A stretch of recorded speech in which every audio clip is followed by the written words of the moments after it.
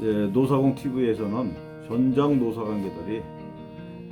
관계자들이 관심을 가질 만한 노동 관련 뉴스를 분석해 전달하는 코너를 마련했습니다. 주 1회 방영될 이 코너에서는 신문, 방송 등에 보도된 노사관계, 일자리, 산업안전 관련 이슈들을 주로 다룰 예정입니다. 오늘은 노사 관계자들로부터 큰 관심을 끌고 있는 ILO 핵심 협약 비준을 위한 노조법 개정과 관련 그 후속 기사들을 체크해 보겠습니다. 먼저 매일경제가 지난 3월 10일 다룬 기사인데요. 해건노조원이 사업장 점거를 못하게 해달라. 7월부터 개정 노조법이 시행되기 때문에 해고자도 이제 노조 활동이 가능해집니다. 그러니까 노조가 이를 최소화시키기 위해서 현장의 노사 갈등이나 혼선을 최소화시키기 위해서는 이런 보완 입법이 필요하다 라면서 제시한 요구사항들인데요. 먼저 사업장 내 노조 활동을 제한해달라. 비종사 노조원, 그러니까 그 해당 사업장에 근무하지 않는 노조원에 대한 사업장 출입은 사용자의 사전 승인을 받거나 노조 사무실로 한정해달라는 그러한 요구입니다. 또 하나는 이제 교섭대표 노조 유지 기간을 확대해달라. 대표 노조 유지 기간. 그러니까 교섭대표를 현행 2년이면 앞으로 단체 협약에 맞춰서 3년으로 단체 협약 유효 기간과 동일하게 늘려달라는 이러한 요구 사항입니다. 또 하나는 이제 노조 설립 신고 제도를 바꿔달라는 얘기인데요. 노조 설립 신고 이후 반려 사유가 발생했을 땐 노동위원회의 의결로 신고를 취소해달라는 이러한 요구사항입니다. 또 하나는 이제 사업장 점거 행위 때는 신고를 해달라. 조업방해, 쟁행위 때 행정관청 등에 신고를 해달라는 내용입니다. 좀 더 한번 살펴보겠습니다. 이 내용에 대해서. 개정노조법은 해고자나 실업자 같은 비종사 조합원이 사업장 내에서 조합활동에 나설 수 있도록 했다는 그러한 기사를 다루고 있습니다. 이 같은 권리를 주장하기 위해서 노조의 활동도 일정 부분 제한해야 한다는 것이 이제 회사 측의 주장입니다. 그래서 이 경총은 비종사 조합원에게 사업장 출입 및 시설 이용에 관한 규칙을 준수하는 의무를 부과하고 사용자가 사전에 승인하거나 노조 사무실에 한정한 경우에만 이들의 사업장 출입을 허용하는 등 규정을 노동법 시행령에 추가할 필요가 있다라는 이제 주장입니다. 그리고 그 교섭대표 노조 지위 유지 기간 확대도 이 단체 협약 유효 기간이 남아 있음에도 대표 노조가 노조 내 역학관계 변동으로 바뀐다면은 기존 단체 협약이 무효될 위험이 크다. 따라서 경총은 이러한 이 단체 협약 유효 기간이 늘어나는 만큼 교섭대표의 대표 유지 기간도 늘려달라. 이런 주장입니다. 그리고 전형노조법 시행령에서는 노조가 설립신고증을 교부받은 이후 사후적으로 결격사유가 발생한다 하더라도 노조 설립 취소가 불가능하다. 지난해 9월 대법원 판결로 인해 노조 설립 신고 접수 취소에 관한 시행령이 무력화됐기 때문입니다. 경총은 이를 해소하기 위해 행정관청은 노조 설립 신고 이후 사후적으로 결격 사유가 발생한 경우 시정 조치를 하고 30일 이내 시정하지 않으면 설립 신고 접수를 취소할 수 있는 절차를 신설해 달라고 요구하고 있다라는 내용을 전달하고 있습니다. 다음에는 이제 서울경제도 같은 날 3월 10일자에 보면은 회사가 해고노조원 놀이터가 될 수도 있다. 사용자 승인 후 사업장 출입을 허용해야 한다라는 제하의 기사를 다루고 있습니다. 경총 요구사항을 매일경제와 마찬가지로 다루고 있습니다.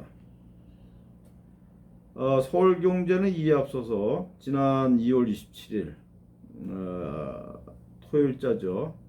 이미 기울어진 운동장이 더 심화된다. ILO 비준환 관련 노조법이 통과되면서 기울어진 운동장이 더 심화되니까 사용자 대항권도 개선해야 한다. 이러한 그 재계 입장을 싣고 있습니다. 재계는 글로벌 스탠다드에 맞게 우리나라 노조법이 합리화돼야 된다. 특히 그 대체근로 허용 등 보완 입법이 절실하다는 점을 지적을 하고 있습니다.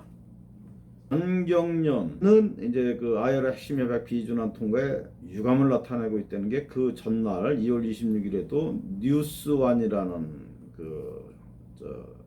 이게 통신사죠. 여기서 기사를 다루고 있고 부작용이 우려된다. 정경련은 경제계는 ILO 핵심 협약 비준환이 우리 경제와 기업에 미치는 영향이 심대하므로 국회에서 신중하게 논의해 줄 것을 호소해 왔음에도 불구하고 깊이 있는 논의 없이 사실상 일방적으로 처리됐다고 이렇게 말했다라는 기사를 다루고 있습니다. 근데 이에 반해서 연합뉴스는 노동계 입장을 다루는 기사를 내보냈습니다. 노동계는 ILO 핵심 협약 비준을 환영한다. 노조법 추가 개정이 필요하다.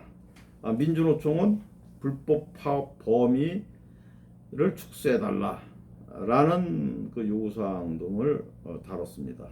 그러니까 뉴스완하고 연합뉴스는 약간 이제 그 노사 양측의 입장을 한쪽 입장씩만 이렇게 이제 다루는 기사를 다뤘습니다.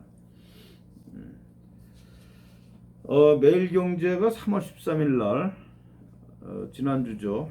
해고 쉽게 하자던 야도 친노조 법안을 발의했다라는 이제 기사를 다루고 있습니다. 해고 피하기 위한 노력을 명시해달라. 그러니까 이거는 친노동적 그 기사라고 볼 수 있겠, 아니죠, 입장이라고 볼 수 있겠. 환경노동에 있어서 박대수 국민의힘 의원이 이 같은 내용의 근로기준법 개정안을 이제 발의를 하자 매일경제가 가뜩이나 이거 기울어진 운동장이라는 그 노조법이 개정이 됐는데 이러한 법안까지 발의하자 약간 이제 비판적 기사를 다룬 거죠. 그 김종인 국민의힘 비상대책위원장이 이에 앞서서 해고를 쉽게 하고 임금은 유연하게 하자는 그 방침을 내걸었는데 김대수 의원이 이와는 이제 반대되는 그러한 이 법안을 제안을 한 겁니다. 그 구체적인 내용을 보면은 그 해고 회피 노력이라는 게 경영상 해고를 실시하기에 앞서 해고를 회피할 수 있는 모든 수단을 강구해야 한다는 것을 의미함에도 사용자가 실질적인 노력을 기울이지 않고 근로자를 해고함으로써 사회 문제를 야기하고 있다는 게 이제 법안 개정의 취지인데요. 개정안을 보면은 이제 노동자를 그럼 어떻게 해야 되냐? 해고를 하려면은 경영 방침을 개선하고 작업의 가학화, 합리화가 필요하고 사무실 규모 축소 및 임원의 임금 동결, 자산 매각, 신규 채용 중지, 연장 근로 축소, 전직 등 배치 전환, 임시휴업, 너무 반시장적 친노조적 정책으로 인해서 기업들의 국제 경쟁력, 기업의 생산성이라든가 여러 가지 이 경쟁이 떨어지기 때문에 기업 어떤 그 노사 무기 대등의 원칙을 어느 정도 이제 맞춰야 될 거 아니냐. 그래서 경영계가 이게 요구하는 사항들이 있는데 이거는 거의 받아들여지질 않았습니다. 부당 노동 행위에 대한 상자 처벌 규정을 삭제해달라. 노동조합의 부당 노동 행위 금지를 신설해라. 그러니까 노동조합도 부당 노동 행위를 하면 안 된다라는 이런 조항을 신설해달라는 거죠. 그리고 앞에서도 지적했듯이 쟁의행위 시에 대체근로를 허용해달라. 이게 많은 선진국에서 이러한 조항을 집어넣고 있기 때문에 노조의 무분별한 그런 파업을 사전에 예방하는 그런 효과를 보고 있습니다. 그리고 파업 시 사업장 점거를 금지해야 된다. 앞에서는 주요 시설이라든가 이런 데만 지금 이제 새롭게 이 금지가 돼 있는데 사업장 전체에 대한 점거를 금지토록 해야 된다는 게 이제 제게 입장입니다. 그리고 노조전임자 임금 지급 금지나 근로시간 면제 제도는 현행처럼 지급 금지를 해야 된다라는 주장인데 이제 이게 이 법이 개정되면서 노조 전임자한테 이제 임금을 지급할 수 있는 그러한 길이 트였습니다. 그리고 근로계약 관계가 없는 자에 대한 사용자의 출입 거부권을 신설해달라. 그러니까 근로계약 관계가 없는 그러니까 외부 노조원이나 실업자, 해고자 등이 사업장에 들어올 때는 이거를 사용자가 출입을 거부하게끔 할 수 있게 해달라. 라는 조항을 신설해달라는 건데 이게 지금 우리나라에서는 시행이 안 되고 있습니다. 외국 같은 경우는 산별노조가 되어 있기 때문에 근로계약 관계 없는 자, 그러니까 외부인의 사업장 출입은 거의 찾아볼 수가 없습니다. 근데 우리나라는 이제 이 문의는 산별노조인데 기업별 체제 비슷하게 운영되기 때문에 사업장에 외부의 노동운동가들이 출입을 해도 이거를 제한할 수 있는 길이 없는데 이거를 사용자한테 출입 거부권을 허용해달라라는 그런 이제 요구사항입니다. 해고자 복직 요구 등에 대한 사용자 단체 교섭 거부권을 신설해달라. 그러니까 해고자나 실업자가 그 단체 교섭 대표로 참여했을 때 거부권을 이제 신설해달라는 거죠. 그런 게 이제 경영계 핵심 요구 사항이고 이러한 부분이 어느 정도 수용이 돼야 글로벌 스탠다드에 맞는 그런 노조법이 정비될 수 있다라고 말할 수 있겠습니다. 오늘은 여기까지 하겠습니다. 예, 감사합니다.